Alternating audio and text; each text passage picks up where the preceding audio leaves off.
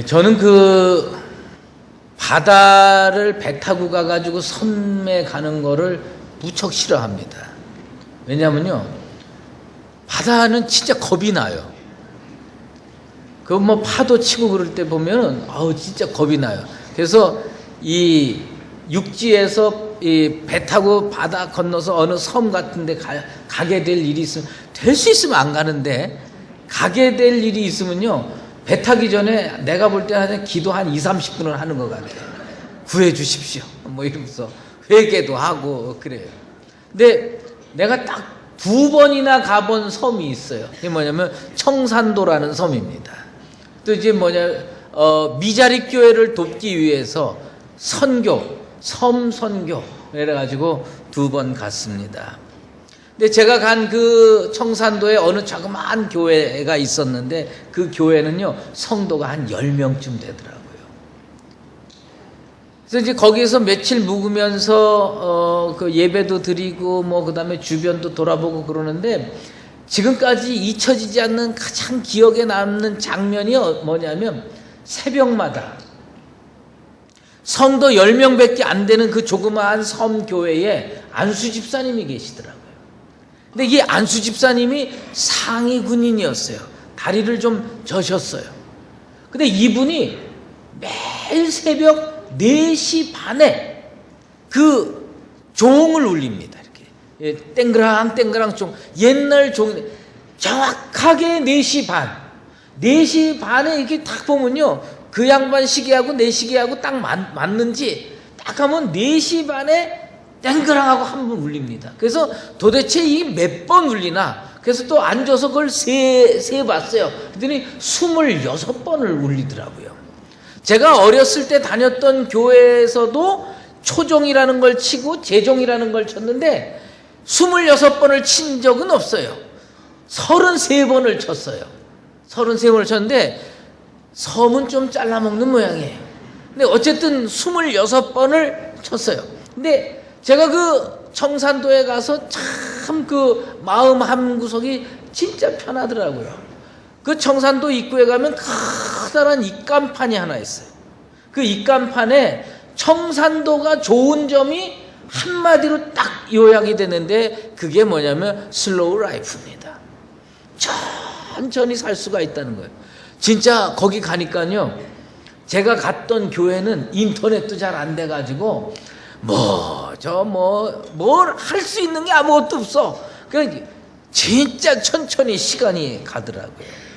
그런데 그 섬에 가서 제가 갔을 때 나는 섬 사람이 진짜 많은 줄 알았어요.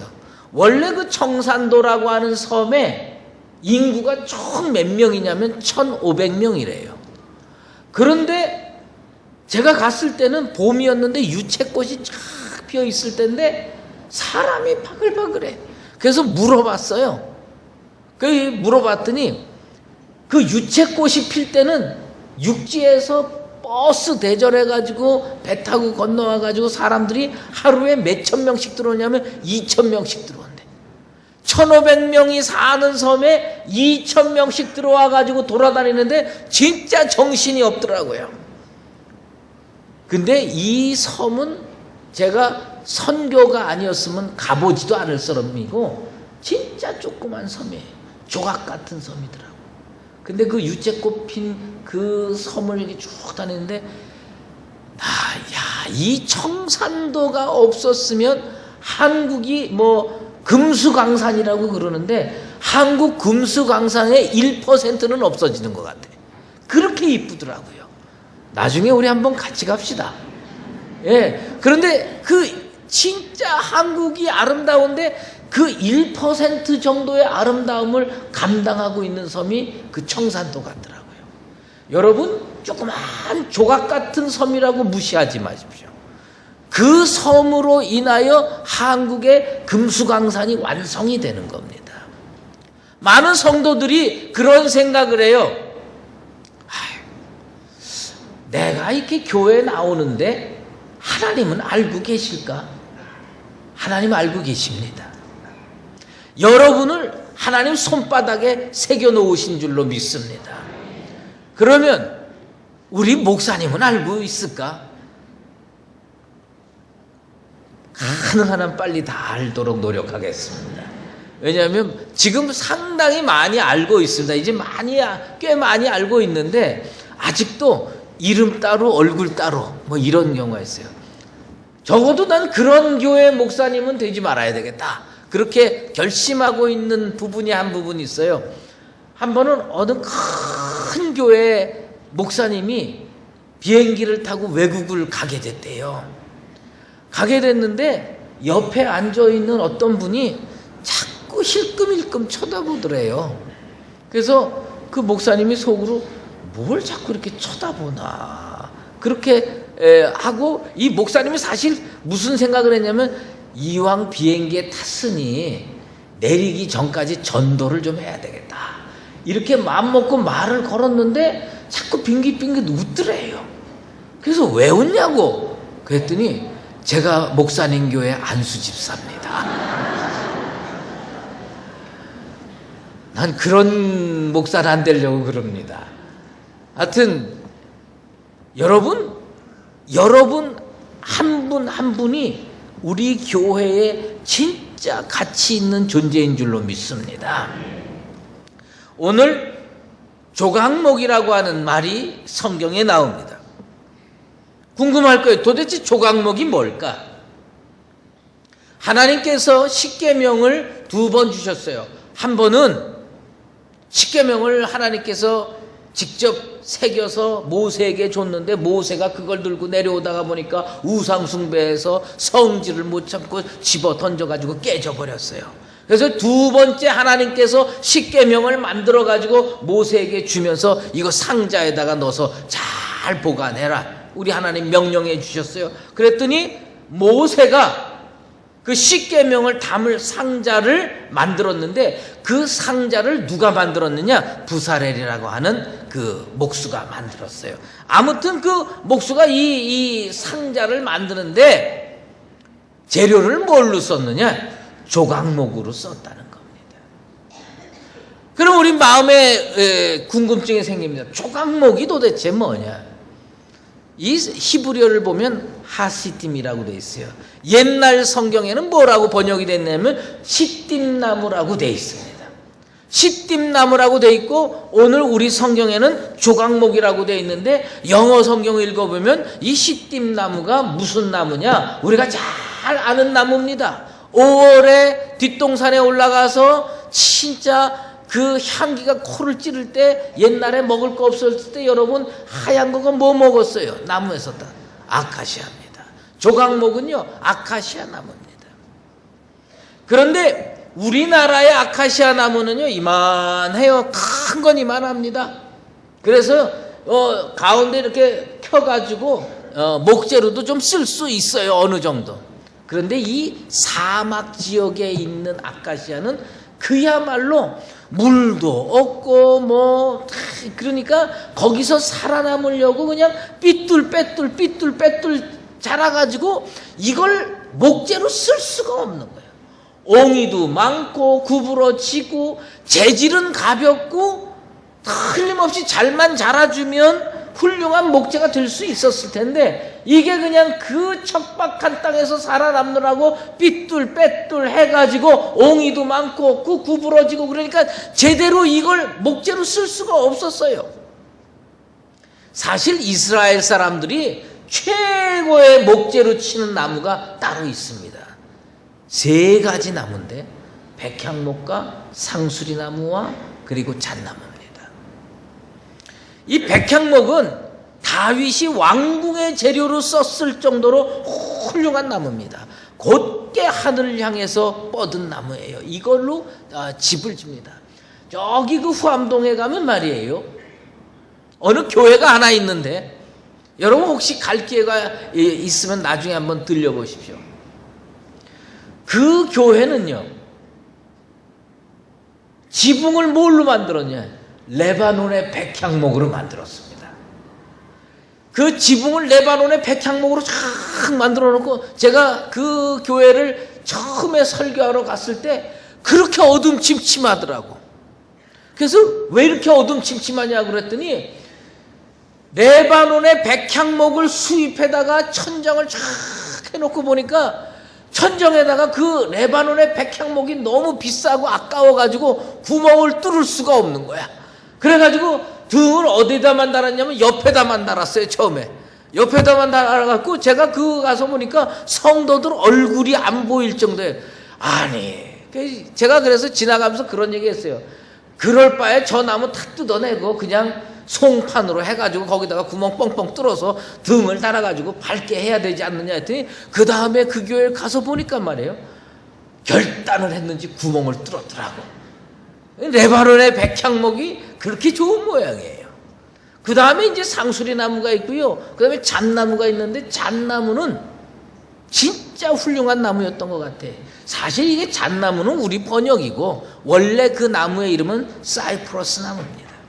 이게 뭐냐? 방주를 만드는 재료를 그 잣나무로 했어요. 여러분 혹시 우리 교회에 탁구 잘 치는 분들이 여럿 있더라고요. 와서 이렇게 얘기를 소문을 들으니까 탁구 잘 치는데 최고의 탁구 빠따가 뭘로 만드느냐? 사이프러스 나무로 만듭니다. 가볍고 물에 잘 뜨고 그래서 이 방주로 되는 겁니다. 그러면 모세는 하나님의 십계명 그것을 집어넣을 상자를 만들면서 당연히 레바논의 백향목이나 방주의 재료인 잣나무 같은 것으로 만들지 왜 하필 아카시아 나무, 삐뚤빼뚤 자란 아카시아 나무로 만들었을까? 모세가 이 언약궤, 법궤를 만들 때에 그때 언제였느냐? 광야 생활 40년 하던 중이에요. 그때 언제 사람을 레바논으로 보내가지고 거기에서 나무, 통나무 패가지고 끌고 와서 수입해갖고 와가지고 언제 법궤 만들겠어요? 모세가 쭉 주변을 보니까 나무라고 하는 거는 진짜 삐뚤빼뚤 자란 아카시아밖에 없는 거예요. 그러니까 그 나무를 어떻게 했느냐? 자른 겁니다. 옹이 부분 잘라내고 그 다음에 조금 삐뚤어진 거 잘라내고 어쩌다가 똑바로 자란 부분들을 이렇게 모아놓고 보니까 잘라놓고 보니까 다 조각 돼 있는 거예요. 그러니까 이거 뭐냐? 조각목을 엮어서 조각목을 붙여가지고 판을 만든 겁니다. 조각목을 붙여서 판을 만들어가지고 이 판을 엮어서 길이는 2규빗 반, 폭은 1규빗 반, 높이도 1규빗 반입니다. 길이 2규빗 반이면 1m 25cm예요. 그 다음에 폭은 75cm, 높이도 75cm 자그마한 상자에다 만들어가지고 하나님의 십계명을 그 안에다가 집어넣습니다. 여러분 왜 그랬을까요? 구할 수 있는 게 그거밖에 없었습니다. 구할 수 있는 게 그거밖에 없었어요. 조각목 같은 조그만 나무 조각밖에 안 되는 이 아카시아 나무 주변에 그거밖에 없었어요. 그래서 언약궤를 만드는데 백향목 수입해 올 수 없고 잣나무 운송해 올 수 없으니까 뭐냐? 구할 수 있는 게 조각목밖에 없어서 그 조각목을 이어붙여 가지고 하나님의 법궤를 만든 겁니다. 하나님의 교회는 어떤 분들로 이어져야 되느냐? 하나님의 교회는 그 지역 사람들, 하나님의 말씀을 사모하는 그 지역 사람들이 335 그분들이 지식이 많든 그분들이 지식이 없든 상관없이 그분들로 교회가 이루어져야 하는 줄로 믿습니다. 하나님의 교회를 좋은 교회로 만들기 위해서 외국에서 사람 수입해다 쓰고 이러는 거 아닙니다. 진짜 하나님의 교회 주변에서 어찌 보면 세상적으로 보면 혹시 볼품이 없다 하더라도 하나님을 사랑하는 사람들이 와가지고 그 교회의 건물을 이루고 그 교회의 성전을 이룰 때에 참된 하나님의 나라가 되고 참된 하나님의 교회가 될 줄로 믿습니다. 제가 먼저 섬기던 교회에서 건축을 했어요. 건축을 하고 그 다음에 돈이 없는 데다가 건축을 하다 보니까 저 교회 기물, 성전 기물을 만드는데도 얼마나 돈이 부족한지 쪼여가지고. 그런데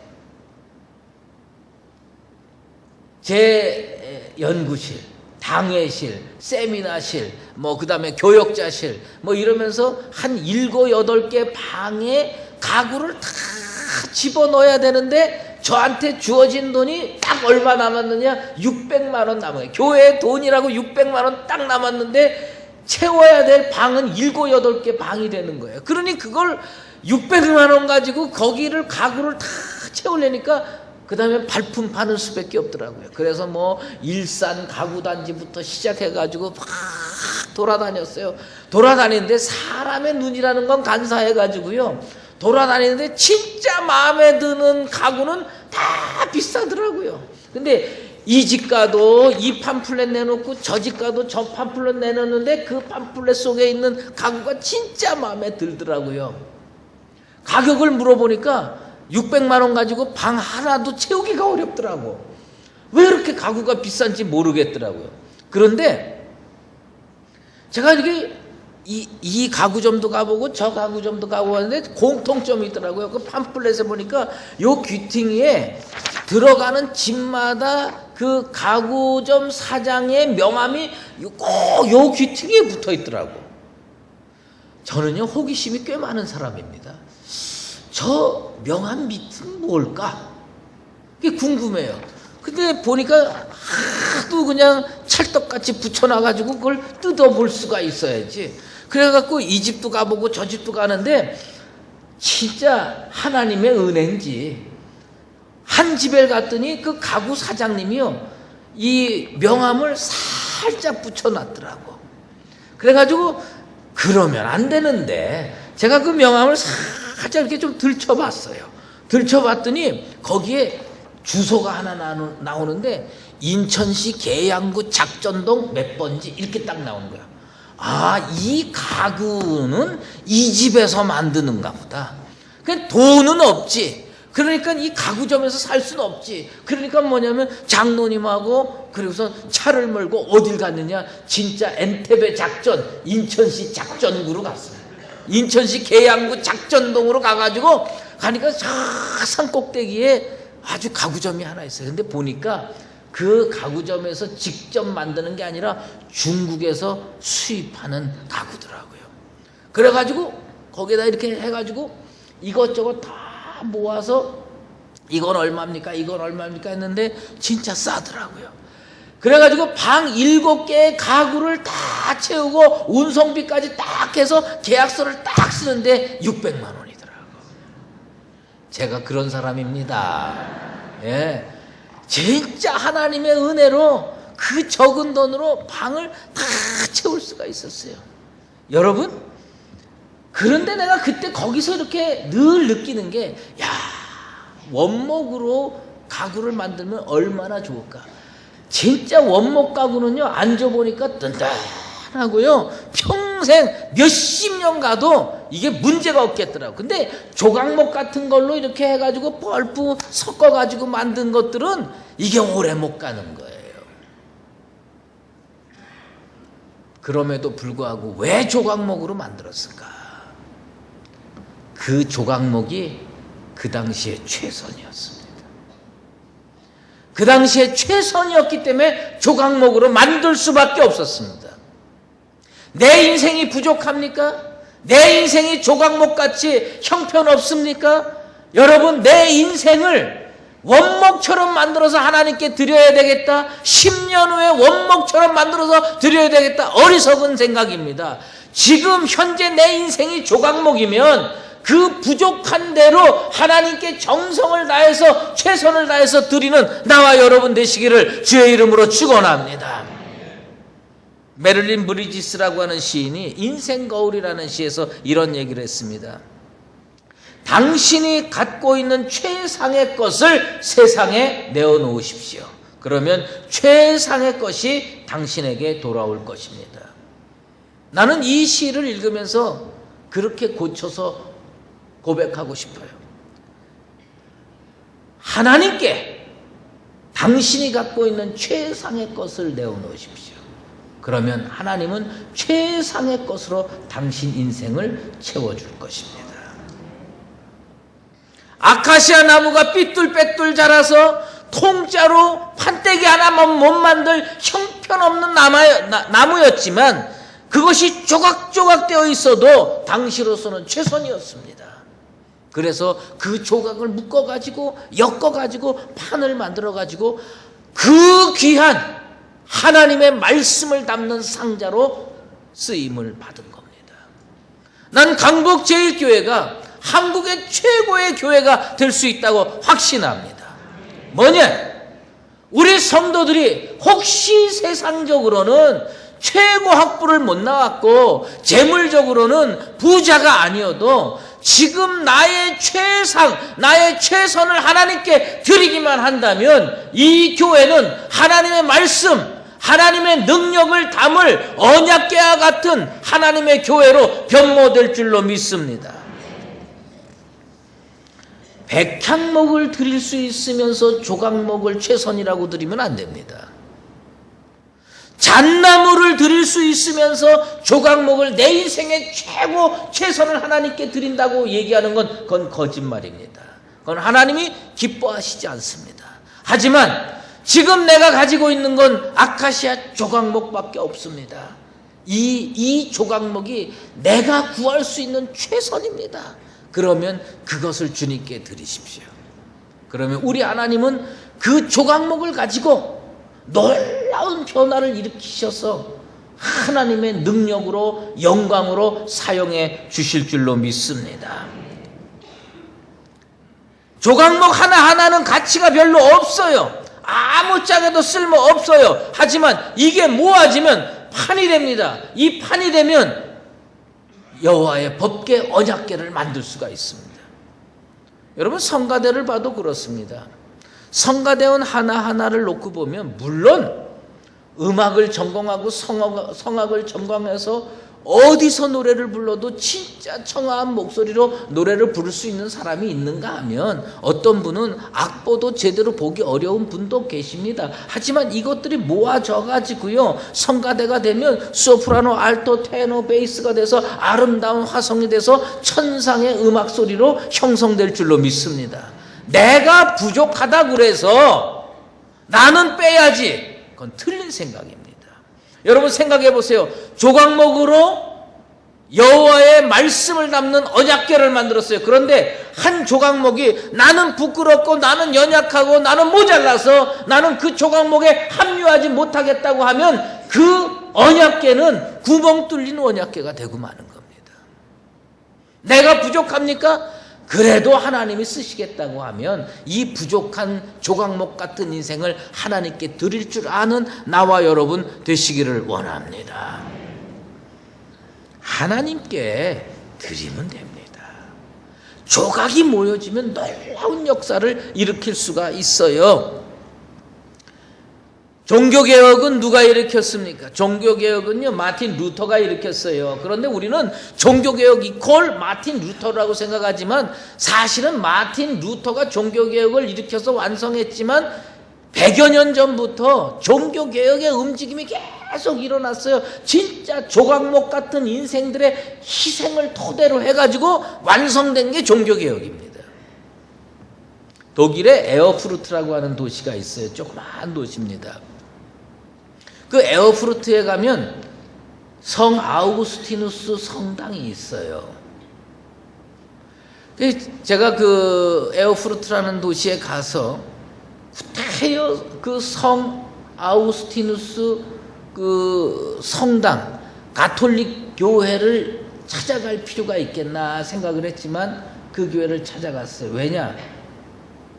그 교회는 자카리아라고 하는 어떤 신부의 무덤이 교회 예배당 안에 있습니다.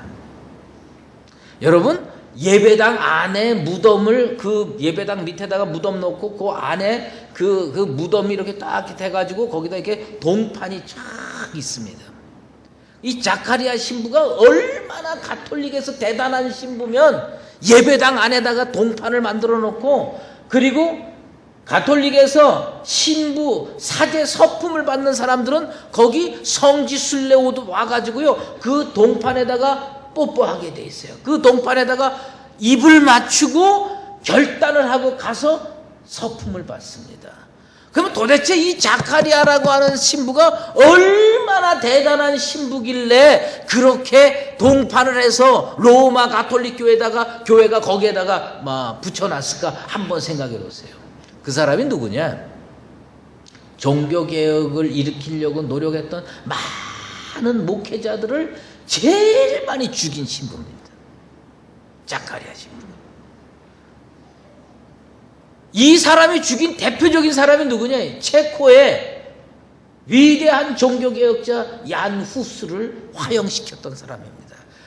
이 자카리아가 얀 후스를 광장에다가 이렇게 해놓고 불을 떼서 태워 죽이는데, 그때 죽으면서 얀 후스가 고백한 말이 있습니다.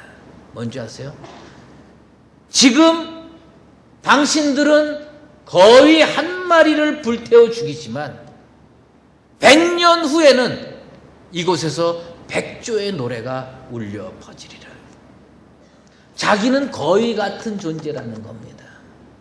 100년 후에는 백조의 노래가 완성이 돼가지고 종교개혁이 완성될 거라고 예언을 했어요. 근데 그 예언이 정확하게 들어맞았습니다.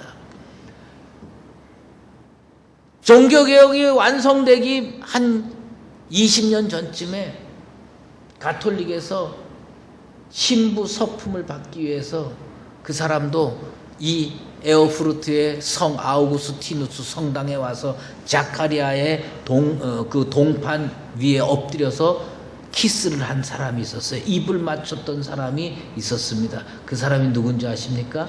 마틴 루터입니다. 마틴 루터가 그 동판에 엎드려서 입을 맞추면서 나도 자카리아 신부처럼 저 프로테스탄트들을 다 잡아 죽이겠습니다, 그렇게 결심하고 거기에다가 입을 맞췄는데 하나님께서 그 사람을 변화시켜가지고 종교개혁을 완성시키는 위대한 인물로 만들었습니다. 내 인생이 조각목 같다고요? 내 인생이 부족하다고요? 걱정하지 마십시오. 이 언약궤가 어떻게 완성됐는지 아십니까? 조각목이 붙여가지고 널빤지가 돼서 상자가 됐는데 하나님께서 부사레라고 하는 목수에게 뭘 명령했느냐? 겉에다가 정금으로 씌워라. 바깥에서 보면 정금밖에 안 보입니다. 외부에서 보면요, 이건 순금 덩어리 상자입니다. 그런데 그 속은 뭐냐? 조각목으로 되어 있습니다. 여러분 인생을 왜 하나님께 드려야 되느냐? 조각목 같은 내 인생을 왜 하나님께 드려야 되느냐? 하나님께서 우리 조각목이 필요해서 드리는 게 아니라 내 인생 부족하지만 하나님께 드리면 우리 하나님께서 성령을 쏟아부어 주실 줄로 믿습니다. 정금 같은 성령을 부어 주실 겁니다. 그러면 세상 사람들 앞에서 여러분들은 나는 조각 같은 인생이야 이렇게 생각할지 모르지만 바깥에서 보면요, 뭐로 보이느냐? 정금 인생으로 보입니다. 하나님께서 성령 부어주시면 아카시아 조각목이 정금 인생으로 바뀌게 될 줄로 믿습니다. 사랑하는 강북제일교회 성도 여러분, 내 인생이 부족해요. 내 인생이 모자라요. 내 인생이 죄가 많아요. 진짜 옹이도 많고 상처도 많은 그런 어리석고 부족한 인생이에요. 그래서 나는 하나님께 드릴 수 있는 부분이 요거밖에 안 됩니다. 이게 최선이라면 이걸 하나님께 드리십시오. 그러면 하나님께서 성령을 부어주셔서 여러분 인생을 정금으로 감싸 안아 주시게 될 줄로 믿습니다. 아카시아 조각목 인생이라도 두려워하지 말고 하나님께 내 인생을 투자하십시오. 정금 인생으로 바꿔주십니다.